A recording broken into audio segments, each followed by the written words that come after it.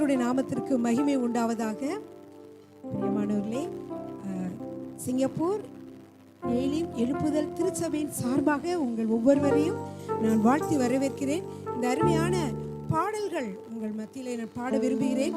பிரியமானவர்களே, இது கடைசி காலமாக இருப்பதினாலே நாம் அநேக நேரங்களிலே நம்முடைய வேலைகளிலே நம் நாட்டம் உள்ளவர்களாக நாம் அதை பார்த்து கொண்டிருக்கிறோம்.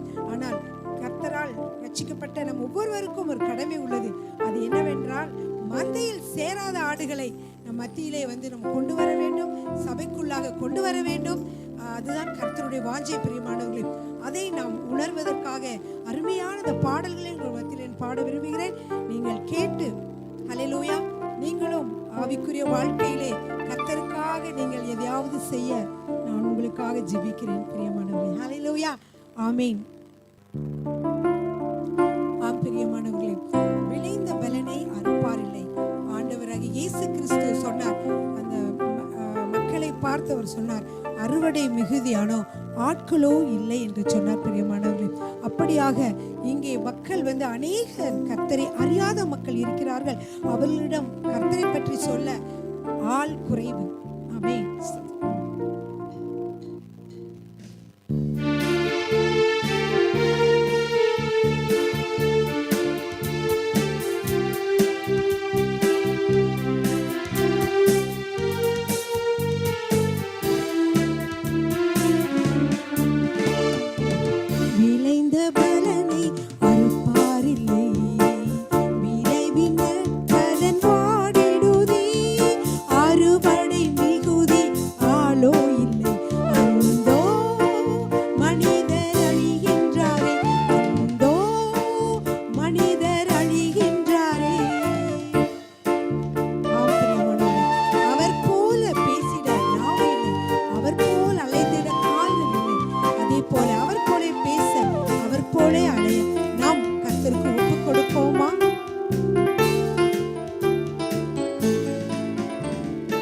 அவர் போல் பேசிட நாவு இல்லை, அவர் போல் அலைந்திட கால்கள் இல்லை.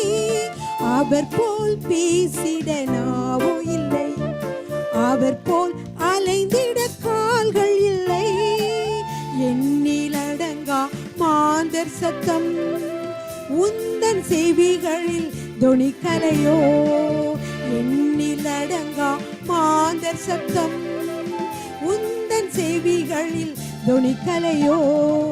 விளைந்த பலனை அறுப்பாரில்லை, விளைவின் நற்பலன் பாடிடுதே. அறுவடை மிகுதி ஆளோ இல்லை, அந்தோ மனிதர் அழிகின்றாரே, அந்தோ மனிதர் அழிகின்றாரே.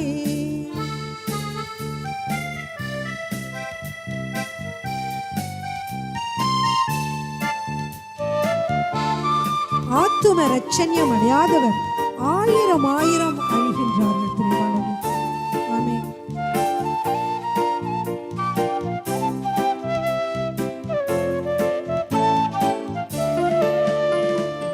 ஆத்தும ரட்சண்யம் அடையாதவர் ஆயிரம் ஆயிரம் அழிகின்றாரே.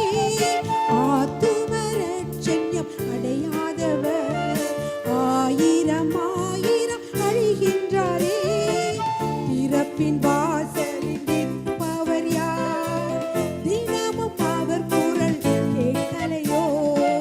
பிறப்பின் வாசலில் நிற்பவர் யார்?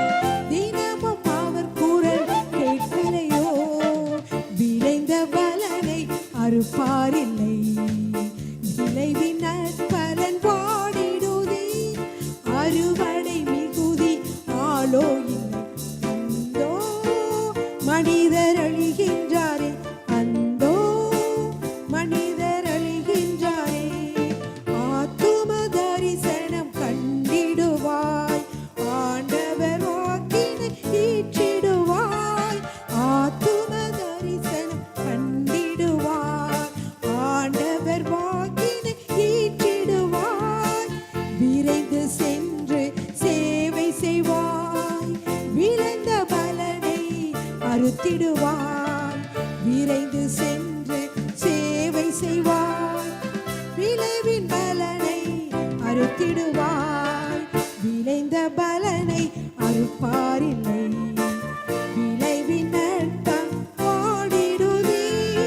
அறுவடை மிகுதி ஆளோ இல்லை, அந்தோ மனிதர் அழிகின்றாரே, அந்தோ மனிதர் அழிகின்றாரே, அந்தோ மனிதர் அழிகின்றாரே. கர்த்தருக்குள் மிகவும் அன்பான சகோதர சகோதரிகளே, அருமையான நாளிலும் உங்கள் மத்தியிலே செய்தியை பகிர்ந்தளிக்க கர்த்தர் தந்த கிருபைகளுக்காக நன்றி செலுத்துகிறேன். பிரியமானவர்களே, நான் ஏலியம் ரேவல் சர்ச் சிங்கப்பூரிலிருந்து தெய்வ செய்தியை உங்கள் மத்தியில் கொண்டு வருகிறேன். பிரியமானவர்களே, இந்த நாளிலே நாம் வேதத்தை வாசிக்கலாம் வாங்க என்ற தொடரை நாம் பார்த்து கொண்டு வருகிறோம். அந்த தொடரிலிருந்து இன்றைக்கு புதிய ஒரு புத்தகமான 2 ராஜாக்கள் நான் எடுக்க இருக்கிறேன். பிரியமானவர்களே, இதுவரைக்கும் 1 ராஜாக்கள் வரைக்கும் நாம் பார்த்து விட்டோம். இன்றைய நாளிலும் கூட 2 ராஜாக்கள் புத்தகத்தை, அதாவது 2ஆம் ராஜாக்கள் புத்தகத்தை நாம் பார்க்க போகிறோம். பிரியமானவர்களே, 1வது ராஜாக்கள் புத்தகத்திலே நாம் பார்த்து கொண்டு வந்தோம் ராஜாக்களினுடைய கதைகள், இஸ்ரவேலை அரசாண்ட அரசர்களுடைய கதைகளை நாம் பார்த்து கொண்டு வந்தோம். பிரியமானவர்களே, அதாவது கதைகள் என்று சொல்வதை விட இது என்னன்னா, இது ஒரு வரலாற்று சம்பவங்களை உடையதான புத்தகமாக இருக்கிறது. இதுல பிரியமானவர்களே, முதலாவது நாம் பார்த்தோம் ஒருங்கிணைந்த அரசு, அதாவது யுனைடெட் கிங்டம், அதுக்கப்புறம் பிளவுற்ற அரசு, ரெண்டையும் போன 1 ராஜாக்கள் புத்தகத்திலே பார்த்தோம். பிரியமானவர்களே, அதனுடைய தொடர்ச்சியாக இந்த பிளவுற்ற அரசு, அதற்கப்புறம் மீந்து நின்ற அரசு என்ற பகுதிகளாக பிரிக்கக்கூடியதாக 2 ராஜாக்கள் உள்ளது. இந்த 2 ராஜாக்கள் எப்படி இருக்கிறது என்றால், முதல் ராஜாக்கள் புத்தகத்தினுடைய தொடர்ச்சி தான் 2 ராஜாக்கள் புத்தகம். பிரியமான பொதுவாக பிரியமானவர்களே, இந்த புத்தகங்கள் எல்லாம் பார்த்தீங்கன்னா நாளாகமம், ராஜாக்களின் புத்தகம், அப்புறம் நாளாகமம், சாமுவேலின் புத்தகம், இதெல்லாம் பார்த்தீங்கன்னா அவங்க 2 ரொம்ப அதிகமாக பெருசாக இருந்த ஒரு புக்கை இது பண்ண முடியாதுன்றக்காக 2 புத்தகங்களாக பிரித்து அவர்கள் வைத்திருந்தார்கள். பிரியமானவர்களே, சரிங்க. இப்போ நம்ம என்ன பார்க்க போறோம்னா, 2 ராஜாக்கள் புத்தகத்துல இந்த புத்தகம் எழுதப்பட்டதனுடைய நோக்கம், இந்த 2 ராஜாக்கள் புத்தகமானது எழுதப்பட்டதனுடைய நோக்கம் என்ன என்று சொல்லி பார்த்தால், தேவ தலைமைத்துவத்தை ஏற்காத மக்கள் அல்லது ஏற்க ஆயத்தமற்றோர் அல்லது ஏற்க முடியாதவர்கள் அல்லது ஏற்க விருப்பமில்லாதவர்களுடைய எதிர்காலம் எப்படிப்பட்டது என்பதை காட்டக்கூடியதாக இருக்கிறது. பிரியமானவர்களே, எனவே தேவ தலைமைத்துவம் என்பது நமக்கு மிகவும் முக்கியமான ஒன்று.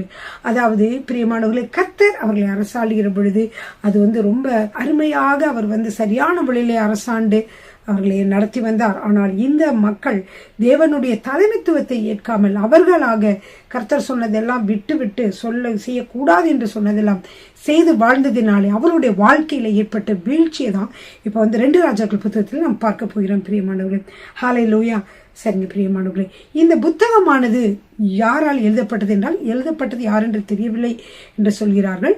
ஆனால் அதில் சில இந்த புத்தகத்தினுடைய நடைகள் இதையெல்லாம் பார்க்கிற பொழுது இது எரேமியா தீர்க்கதரிசியால் எழுதப்பட்டிருக்கலாம் என்று அவர்கள் சொல்கிறார்கள். ஏனென்றால் இதனுடைய நடையும் எரேமியா தீர்க்கதரிசியின் புத்தகத்தினுடைய அந்த நடைகளும், அதன் நடைகள் என்றால் அந்த இலக்கியம் எழுதப்பட்டிருக்க அந்த புத்தகத்தினுடைய இலக்கிய நடையானது 2 ஒரே மாதிரியாக, ஒரு சில இடங்களில் ஒரே மாதிரி இருக்கிறது என்று அவர் சொல்கிறார்கள். பிரியமானவர்கள், 2 ராஜாக்களுடைய பெரும் பகுதியானது பாபிலோனிய சிறையிருப்புக்கு பின்பு எழுதப்பட்டதாக இருக்கிறது. பிரியமானவர்களே, 17ஆம் அதிகாரத்தில் 34-41 வசனங்களை வாசிக்கலாம்.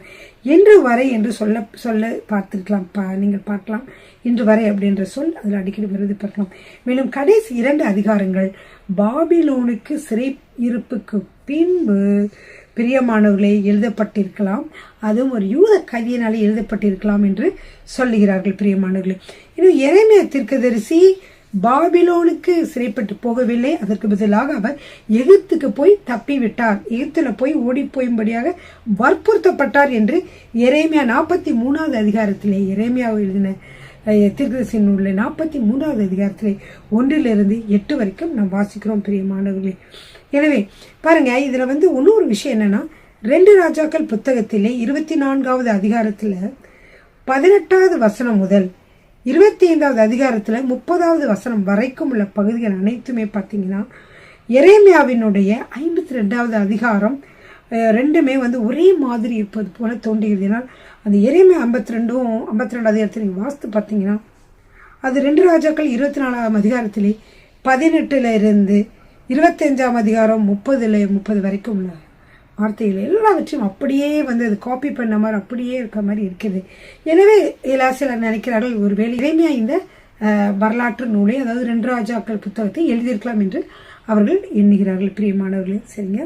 அடுத்ததாக புத்தகத்தினுடைய பின்னணி என்னவென்று பார்த்தீர்கள் என்றால், ஒன்றிணைந்த அரசாக இருந்த இஸ்ரவேல் நாடு இப்ப யூதா இஸ்ரவேல் என்று பிளவுற்ற அரசாகி கொஞ்சம் நூற்றாண்டுகளுக்கு பின்பு எழுதப்பட்ட புத்தகமாக இது இருக்கிறது தான் பின்னணி. பிரியமானவர்களே, இதில் முக்கிய வசனம் என்னவென்று நாம் பார்த்தால், பிரியமானவர்களே, 2 ராஜாக்கள் புத்தகம் 17வது அதிகாரம் 13, 14 பிரியமானவர்களை வாசிக்கலாமா? பிரியமானவர்களே, நீங்கள் எல்லாரும் நோட்டு புத்தகத்தை எடுத்துக்கொள்ளுங்கள், பேனாவை எடுத்துக்கொள்ளுங்கள், வேதாகமத்தையும் எடுத்துக்கொள்ளுங்கள். இந்த முக்கியமான புத்தகம் முக்கியமான காரியங்களை சொல்லிக் கொண்டு வருகிறது. இந்த 1 ராஜாக்கள் 2 ராஜாக்கள் புத்தகத்திலே மன்னர்களுடைய நிலைகள், எப்படி கர்த்தருக்கு பயந்து நடந்தாங்களா இல்லையா, இவ்வளவு காரியங்கள் நடந்தாங்க. அவர்கள் வாழ்க்கையில சரியாக அரசாட்சியின் போது சரியாக நடக்காத பொழுது ஆண்டவர் என்ன செய்கிறார் என்றால், அவ்வப்போது தீர்க்க தரிசிகளை எழுப்பி அவர்களை, அந்த அரசரை எச்சரிக்கிறார். பிரியமானவர்கள், அப்படியும் சிலர் எச்சரிப்பை கேட்டு மனம் திரும்பி இருக்கிறார்கள், சிலர் மனம் திரும்பவில்லை. மனம் திரும்பாமல் இருந்ததினாலே அவர்கள் கடைசியிலே என்ன செய்யப்படுகிறார்கள் என்றால், இஸ்ரவேல் ஜனங்கள் அசிரியா நாட்டுக்கு அடிமைகளாக கொண்டு போகப்பட்டார்கள். கடைசியாக யூதா கொஞ்ச நாள் அரசாண்டது. அந்த யூதா அரசும் கடைசியாக பாபிலோனுக்கு சிறைப்பட்டு போனது என்று சொல்லியதாக நம்ம பார்க்கிறோம். பிரியமானவர்களே, ஹல்லேலூயா. சரிங்க. 2 ராஜாக்கள் 17ஆம் அதிகாரம் 13, 14 வசனங்கள். நீங்கள் உங்கள் பொல்லாத வழிகளை விட்டு திரும்பி நான் உங்கள் பிதாக்களுக்கு கட்டளையிட்டதும் என் ஊழியக்காரராகிய தீர்க்கதரிசிகளை கொண்டு உங்களுக்கு சொல்லி அனுப்பினதுமான நியாய பிரமாணத்தின்படியெல்லாம் என் கற்பனைகளையும் என் கட்டளைகளையும் கை கொள்ளுங்கள் என்று கர்த்தர் தீர்க்கதரிசிகள், ஞான திருஷ்டிக்காரர் எல்லாரையும் கொண்டு இஸ்ரவேலுக்கும் யூதாவுக்கும் திடசாட்சியாய் எச்சரித்துக் கொண்டிருந்ததும் அவர்கள் செவி கொடாமல் தங்கள் தேவனாய கர்த்தர் மேல் விசுவாசியாமல் போன கடின கழுத்துள்ள தங்கள் பிதாக்களைப் போல தங்கள் கழுத்தை கடினப்படுத்தி அவருடைய கட்டளைகளையும் அவர் தங்கள் பிதாக்களோட பண்ணின அவருடைய உடன்படிக்கைகளையும் அவர் தங்களுக்கு திடசாட்சியாய் காண்பித்த அவருடைய சாட்சிகளையும் வெறுத்துவிட்டு வீணான விக்கிரகங்களை பின்பற்றி வீணராகி அவர்களை சுற்றிலும் இருக்கிறவர்களைப் போல செய்ய வேண்டாம் என்று கர்த்தர் தங்களுக்கு கட்டளையிட்டு விலக்கி இருந்த ஜாதிகளுக்கு பின் சென்று தங்கள் தேவனாய கர்த்தரின் கற்பனைகளை எல்லாம் விட்டுவிட்டு 2 கன்றுக்குட்டிகளாகிய வார்ப்பித்த விக்கிரகங்களை தங்களுக்கு உண்டாக்கி விக்கிரக தோப்புகளை நாட்டி வானத்தின் சேனைகளை எல்லாம் பணிந்து கொண்டு பாலை சேவித்தார்கள். அது மட்டுமல்ல, அவர்கள் தங்கள் குமாரரையும் தங்கள் குமார்த்தைகளையும் தீ கடக்க பண்ணி குறிக்கேட்டு நிமித்தங்கள் பார்த்து கர்த்தருக்கு கோபம் உண்டாக்க அவர் பார்வைக்கு பொல்லாப்பானதை செய்கிறதற்கு தங்களை விற்று போட்டார்கள். அதனாலதான் பாத்தீங்கன்னா பிரியமானவர்களே, ஆகையால் கர்த்தர் இஸ்ரவேலின் மேல் மிகவும் கோபம் அடைந்து அவர்களை தம்முடைய முகத்தை விட்டு அகற்றினார். யூதா கோத்திரம் மாத்திரமே மீதி ஆயிற்று. இப்படியாக இந்த காரியங்களை பார்க்கிற பொழுது கர்த்தர் சொன்ன வார்த்தைகளின்படி கட்டளையின்படி நடக்காததினாலே இவர்களுக்கு நேர்ந்த கஷ்டங்களை இந்த 2 ராஜாக்களிலே நாம் பார்க்கலாம். பிரியமானவர்களே, முதலில் இந்த 2 பிரிவுகளாக 2 ராஜாக்களை பிரிக்கலாம். அது என்னவென்றால், பிளவுற்ற அரசு, அதுக்கப்புறம் மீது நின்ற அரசு என்று சொல்லி நம்ம காரியங்களை நாம் பார்க்கிறோம். பிரியமானவர்களே, ஹல்லேலூயா. அடுத்ததாக பிரியமானவர்களே, முக்கிய மனிதர்கள், இந்த 2 ராஜாக்கள் புத்தகத்தில் வரக்கூடிய முக்கிய மனிதர்கள் யார் யாருன்னு பார்த்தா, எலியா தீர்க்கதரிசி, எலிசா தீர்க்கதரிசி, சூனேம் பெண்மணி, நாகமான், எசபேல், ஆகாப், யெகூ, யோவாஸ், எசேக்கியா, மனாசே, யோசியா, யோயாக்கீம், சனகெரிப், ஏசாயா, சிதேக்கியா, நேபுகாத் நேச்சார், இப்படிப்பட்ட முக்கிய மனிதர்களை நம்ம 2 ராஜாக்கள் புத்தகத்தில் நாம் பார்க்கிறோம். பிரியமானவர்களே, சரிங்க. அடுத்து இந்த நூலினுடைய சிறப்பு என்னவென்றால், பழைய ஏற்பாட்டின் இறுதியில் காணப்படும் 17 தீர்க்கதரிசிகள். யார் 17 தீர்க்கதரிசிகள்? 12 தீர்க்கதரிசிகள் சிறிய தீர்க்கதரிசிகள். அதற்கு மேலே காணப்படுகிற 5 தீர்க்கதரிசிகள் யாரு? ஏசாயா, எரேமியா, அவங்கெல்லாம் இருக்காங்களா, தானியேல், இவங்கெல்லாம் பெரிய தீர்க்கதரிசிகள் என்று அழைக்கப்படுகின்றனர் இல்லையா? இந்த 5 பெரிய தீர்க்கதரிசிகளும் இந்த 12 சிறிய தீர்க்கதரிசிகளும் ஆகிய மொத்தம் 17 தீர்க்கதரிசி புத்தகங்களையும் 2 ராஜாக்களையும் நீங்கள் ஒப்பிட்டு வாசிக்க வேண்டியது. ஏனென்றால் இவர்கள் எல்லாரும் 2 ராஜாக்கள் காலத்திலே வாழ்ந்தவர்கள். அது மட்டுமல்ல, அந்த மக்களுக்கு, அந்த அரசர்களுக்கு அநேக நேரங்களிலே அறிவுரை சொல்லி எச்சரித்து புத்தி சொன்ன மக்களாக இருந்தார்கள் பிரியமானவர்களே. அல்லேலூயா. அதனாலதான் அவங்க என்னென்ன காரியங்களை அப்ப நடந்துச்சு, அவங்களுக்கு எப்படிலாம் எச்சரிக்கை கொடுத்தாங்க, அதையெல்லாம் இந்த தீர்க்கதரிசன புத்தகங்கள் வழியாக நம்ம வாசிக்கலாம் பிரியமானவர்களே. சரிங்க, இந்த இரண்டாம் ராஜாக்கள் புத்தகமானது என்ன அதுல புத்தகத்தில் பார்க்கிறோம் என்றால், வாக்குத்தத்த நாட்டில் எகிப்திலிருந்து தேவன் அழைத்து வந்த அந்த வாக்குத்தத்த நாட்டிலே வாழ்வு பெற்ற தேவ மக்களுடைய அந்தகாரமான நாட்களை இந்நூல் வரைந்து காட்டுகிறது. என்னத்தை சொல்றாங்கன்னா, வாக்குத்தத்த நாடாகிய கானான் தேசத்திலே வாழ்கின்ற அந்த தெய்வ மக்களினுடைய அந்தகார நாட்களை காட்டக்கூடியதாக இந்த 2 ராஜாக்கள் புத்தகம் எழுதப்பட்டிருக்கிறது பிரியமானவர்களே. தேவனோடு உடன்படிக்கையும், தேவனோடு அவர்கள் கொண்ட உடன்படிக்கை, தேவனோடு தேவ பிரமாணம் எல்லாவற்றையும் மறந்து அவர்கள் விக்கிரக ஆராதனை செய்து மதிகேடான வாழ்வுகளில் மூழ்கிய மக்கள் மீது வந்த பயங்கர நியாய தீர்ப்பை நாம் 2 ராஜாக்கள் புத்தகத்திலே நாம் வாசிக்கிறோம். இந்நூலிலே நாம் கடைசியில் நாம் காண்கிறோம் பிரியமானவர்களே.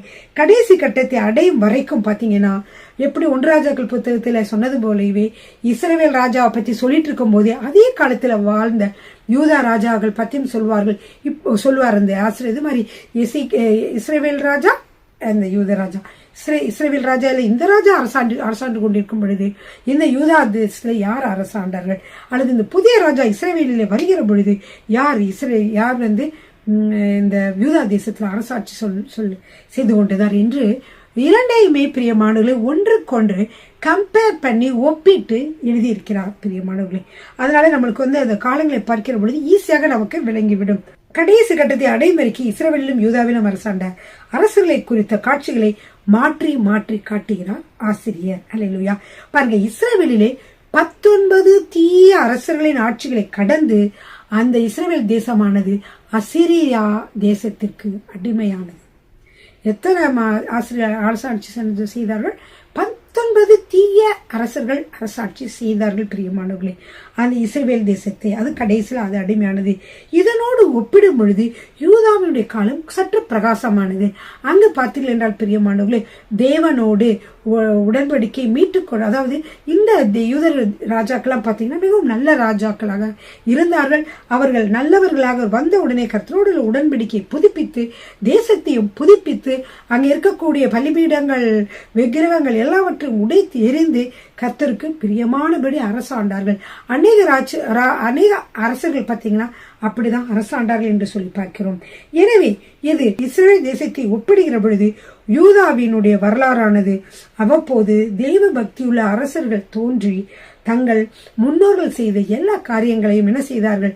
சுத்திகரித்தார்கள் பிரியமானவர்களே. பலிமேடுகளையும் விக்கிரகங்களையும் நீக்கி மக்கள் வாழ்வை இயன்ற அளவு தூய்மைப்படுத்த முயன்றனர். எனினும் பிரியமானவர்களே, கடைசி கட்டத்தில் நீதியை விட அதிகமான பாவங்களை நிறைந்திருந்ததுனாலே கடைசியிலே அவர்கள் பாபிலோன அரசர் என்ன செய்தார்? சிறையாக அவர்களை பிடித்து சென்று விட்டார். எனவே இந்த இஸ்ரவேல் மக்கள் யூதா மக்கள் இருவரும் வேறு அரசர்களுக்கு என்ன செய்தார்கள்? அவர்கள் அதாவது கைதியாக பிடிக்கப்பட்டு சென்றார்கள் பிரியமானவர்கள். எவ்வளவு அவர்களுடைய பொற்காலத்தை உங்களுக்கு தெரியும். தாவீது அரசாண்டது, அப்புறம் என்னது சாலமன் அரசாண்டது, இப்படிப்பட்ட அரசர்கள் எல்லாம் அரசாண்ட பொழுது எவ்வளவு ஒரு பொற்காலத்திலே இருந்த இந்த இஸ்ரவேல் தேசமானது பிற்பாடு 2ஆக பிளவுற்று அதிலும் வந்து பார்த்தீர்கள் என்றால் பிரியமானவர்கள், அதிலும் மக்கள் எல்லாரும் என்ன செய்தார்கள் என்றால் கர்த்தருக்கு பிரியமில்லாத காரியத்தை செய்ததினாலே இஸ்ரவேல் தேசமானது அசிரியா தேசத்திற்கு அடிமைகளாக சென்றனர். அதே போல யூதா தேசமானது பாபிலோனுக்கு சிறைப்பட்டு போனது. இந்த காரியங்களை தான் 2 ராஜாக்கள் புத்தகத்திலே நாம் வாசிக்கிறோம் பிரியமானவர்களே. அல்லேலூயா. பிரியமானவர்களே, இந்த 2 ராஜாக்கள் நூலிலே நம்ம கிறிஸ்துவை எங்க பார்க்கிறோம் என்றால், இந்த வடக்கு இஸ்ரவேலிலே பிரியமானவர்களே, வடக்கு தேசமா இஸ்ரவேலிலே பிரியமானவர்கள் 9 அரச குடும்பங்கள் மாறி மாறி அரசாட்சியை நடத்த நேர்ந்தது. எனினும் யூதாவில் தாவீதின் வம்சத்தார் மட்டும் தொடர்ந்து அரசாண்டனர். இஸ்ரவேல் ஆட்சி சீக்கிரம் முடிஞ்சிருச்சு. ஆனா யூதா ஆட்சி இன்னும் தொடர்ச்சியாக வந்து கொண்டே இருந்தது பிரியமானவர்களே. இதை எதை காட்டுகிறது என்றால், இந்த யூதா வம்சத்திலே தான் யார் வருகிறார்? தாவீதுடைய வம்சத்துல தான் இந்த யூதா அரசாட்சி தான். அந்த யூத வழியில தான் யார் வருகிறார் என்றால் இயேசு கிறிஸ்து வருகிறார். அவரே நித்தியமாக நம்மை அரசாட்சி செய்யக்கூடியவராக இருக்கிறார். எனவே தாவீதினுடைய வம்சத்தை அழிக்க வந்த அத்தாலியல் என்ற ஒரு அரசி வந்தால், ஆனாலும் கர்த்தரை இதில் வெற்றி பெற்று, ஆனால் தேவன் தாவீதோடு செய்த உடன்படிக்கையை அங்கே நிறைவேற்றினார் என்று சொல்லி பார்க்கிறோம். பிரியமானவர்களே, தாவீதின் அரியாசன சுதந்திர வழியான இயேசு கிறிஸ்து நித்திய அரசராக விளங்குகிறார். அவருடைய அரசுக்கு முடிவே இல்லை என்று இங்கே எழுதப்பட்டிருக்கிறது. பிரியமானவர்களே, ஹல்லேலூயா, ஆமென். அப்புறம் முக்கிய பகுதியில் பார்த்தீங்கன்னா மிக முக்கியமான சொல்லாட்சி அடிமைத்தனம். அசிரிய அடிமைத்தனத்திற்கு இஸ்ரவேலும், பாபிலோன் அடிமைத்தனத்துக்கு யூத அரசும் வீழ்ச்சியடைவது இதன் முக்கிய நிகழ்ச்சியாக இருக்கிறது. முக்கிய வசனங்கள் நான் உங்ககிட்ட சொல்லியிருந்தேன். அடுத்ததாக பார்க்கிற 17ஆம் அதிகாரம் 13, 14, 15 அதுலேருந்து அது வரைக்கும் வருகிறது. 16, 17 வரைக்கும் அது வருகிறது. முக்கியமான வசனங்களாக வருகிறது. முக்கியமான அதிகாரம் பார்த்தீங்கன்னா அதிகாரம் 25.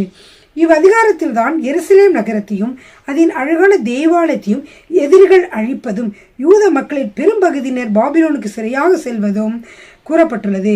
இந்த அதிகாரத்தின் இறுதி பகுதியில் ஆசிரியர் சிறையான யூத மக்களுக்கு மீண்டும் ஒரு நம்பிக்கை மீந்திருப்பதாக குறிப்பாக உணர்த்துகிறார். பிரியமானவர்களே, இதனுடைய முக்கிய ஒரு அதிகாரமாக பார்க்கிற பொழுது அது 2 ராஜாக்கள் புத்தகத்திலே 25வது அதிகாரத்திலே காணப்படுகிறது. பிரியமானவர்களே, 25வது அதிகாரத்தை நம்ம பார்க்கிற பொழுது இவ்வதிகாரத்தில் தான் எப்படி பார்க்கிறோம் என்றால், எருசலேமுடைய நகரத்தையும் அதன் அழகான தெய்வ ஆலயத்தையும் என்ன செய்யப்படுகிறது என்றால், அந்த பாபிலோன் அரசனால் என்ன செய்யப்படுகிறது என்றால் அந்த தேவாலயமானது அழிக்கப்படுகிறது. பிரியமானவர்களே, ஹல்லேலூயா. எனவே இவ்வதிகாரத்தில் எருசலேம் நகரத்தையும் அதன் அழகான தேவாலயத்தையும் எதிரிகள் அழிப்பதும், யூதர்கள் பெரும்பாலோர் கைதுகளாக பாபிலோனுக்கு சிறையாக அழைத்து செல்வதும் குறிப்பிடப்பட்டுள்ளது. இந்த அதிகாரத்தின் இறுதி பகுதியில் ஆசிரியர் சிறையான யூத மக்களுக்கு மீண்டும் ஒரு நம்பிக்கை மீந்திருப்பதாக அவர் சொல்லுகிறார். பிரியமானவர்களே, ஹல்லேலூயா. சரி, நீங்கள் இந்த நூல் ஆராய்ச்சியை பற்றி பார்க்கலாம். பிரியமானவர்களே, இந்த நூல் ஆராய்ச்சியில் பார்த்தீங்கன்னா இந்த நூலை எப்படி பிரிக்கலாம்? 2 பகுதிகளாக பிரிக்கலாம். முதலாவது பகுதி பார்த்தீங்கன்னா அதிகாரம் 1 முதல் அதிகாரம் 17 வரைக்கும், 1 முதல் 17 வரைக்கும் பார்த்தீர்கள் என்றால் அந்த பிளவுற்ற அரசனுடைய 2 அரசுகள், இஸ்ரவேல் யூத அரசுகளுடைய நிலைகளை நீங்கள் பார்க்கலாம் 17வது அதிகாரம் வரைக்கும். அடுத்ததாக பார்த்தீங்கன்னா 2வது பகுதி என்னவென்றால் அதிகாரம் 18 முதல் அதிகாரம் 25 வரைக்கும் என்ன பார்க்கிறீர்கள் என்றால், அது இஸ்ரவேல் தேசமானது அசிரியா படைப்பிடிப்புக்கு பிறகு இஸ்ரவேல் தேசம் போயிடுச்சு. அதுக்கப்புறம் மீது இருக்கக்கூடிய யூதா தேசத்தை பற்றியும் அதனுடைய அரசாட்சி பற்றியும் நம்ம அந்த 25ஆம் அதிகாரம் வரைக்கும் பார்க்கிறோம். பிரியமானவர்களே, இதிலே பார்த்தீர்கள் என்றால் இஸ்ரவேல் தேசம் அசிரியா ராஜாவுக்கு அடிமையாவதற்கு 6 வருடங்களுக்கு முன்பாகவே யூதா தேசத்தை யார் அரசாட்சி செய்து வந்தார் என்றால் எசேக்கியா அரசர் அரசாட்சி செய்து வந்தார். அவர் வருகிற பொழுது அந்த என்ன செய்தார் என்றால் மிகவும் தெய்வ பக்தியுடன் அழகான தேசத்தை புதுப்பித்து அருமையாக அவர் அரசாட்சி செய்து கொண்டு வந்தார்.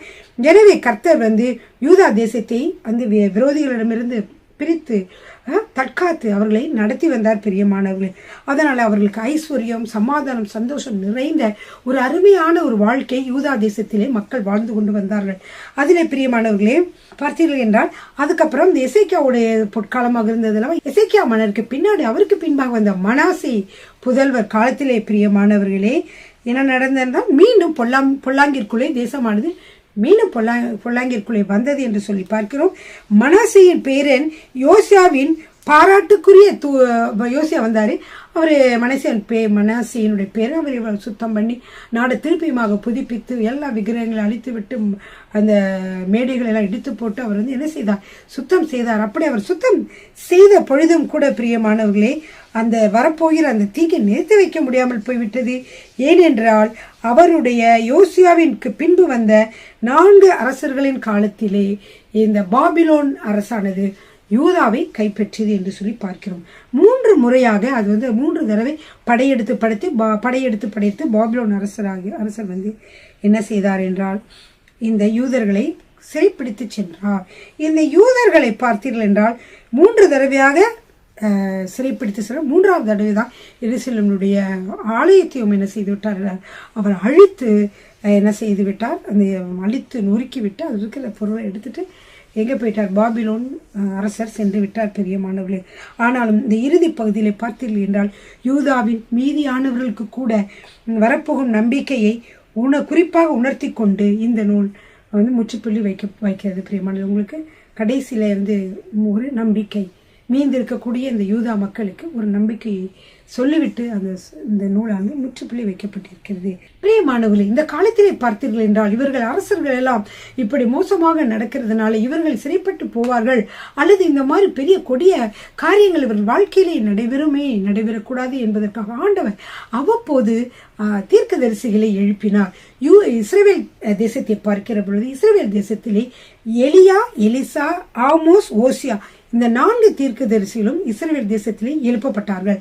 அதே போல யூதா தேசத்திலும் எழுப்பப்பட்டார்கள். அவர்கள் யார் என்று நீங்கள் பார்க்கிற பொழுது ஒபதியா, யோவேல், ஏசாயா, மீகா, நாகும், செப்பனியா, எரேமியா, ஆபகுக் ஆகியோரும் யூதாவிலே தங்கள் ஊழியங்களை நிறைவேற்றினர். பிரியமானவர்களே, எலியாவும் எலிசாவும் இந்த இருண்ட காலத்திலே வாழ்ந்து வந்து கொண்டிருந்த இந்த மக்களுக்கு அவர்கள் ஒரு பெரிய தீபங்களாக வெளிச்சங்களாக திகழ்ந்தார்கள். பிரியமானவர்களே, எலியா தீர்க்கதரிசி, ஆகாபும் இசபெல்லும் அரசாண்டு கொண்டிருந்த அந்த வேளையிலே பிரியமானவர்களே, அந்த இருவரும் முக்கியமாக பாகாலுக்கு நேராக மக்களை அவர்கள் வந்து விக்கிரக வழிபாட்டுக்கு நேராக செலுத்தி கொண்டிருந்த வேளையிலே எலியா என்ற தீர்க்கதரிசி எழும்பினார். தைரியமாக அவரிடம் வந்து சவால் விட்டு, ஆகாபுக்கு சவால் விட்டு, அந்த பாகால் தீர்க்கதரிசிக்கும் சவால் விட்டு, அவர் தேவாதி தேவன், அவர் ஒருவரே உண்மையான தேவன்,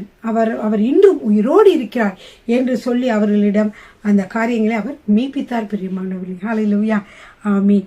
இப்படியாக வந்து அவர் வந்து தெய்வ ஆற்றலோடு கூட உறுதியாக ஒரு பாறையை போல நின்று அந்த கர்த்தரை ஆராதிக்கவும் சேவிக்கவும் மக்களுக்கு அழைப்பு விடுத்தார். எனவே அதில் பார்த்தீங்கன்னா எலியாவின் தேவன் எங்கே என்ற கேள்வி எக்காலத்திலும் நம்முடைய இதயங்களிலே ஒலிக்கக்கூடியதாக இருக்கிறது. எலியாவின் தேவன் எங்கே என்று சொல்லி. ஹல்லேலூயா, ஆமென். கர்த்தர் உங்களை ஆசீர்வதிப்பாராக. இந்த 2 ராஜாக்கள் புத்தகத்தினுடைய அறிமுகத்தை நாம் இன்று பார்த்தோம். பிரியமானவர்களே, வருகிற நாட்களிலே அதை பற்றிய காரியங்களை இன்னும் நாம் ஆழமாக பார்க்கலாம். கர்த்தர் உங்களை ஆசீர்வதிப்பாராக. ஆமென். கர்த்தர் உங்களை ஆசீர்வதிப்பாராக.